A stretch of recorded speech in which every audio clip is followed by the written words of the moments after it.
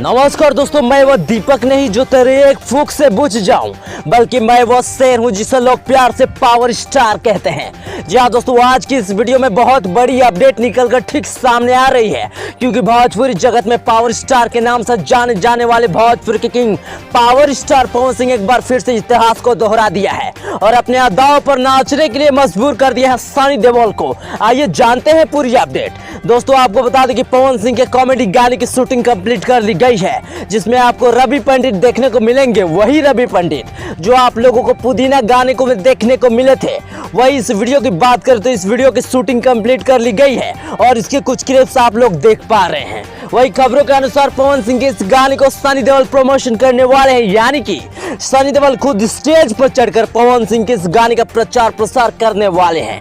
ऐसे में पवन सिंह का यह गाना पुदीना की तरह मिलियन व्यूज लाएगा या नहीं, जरूर बताइएगा।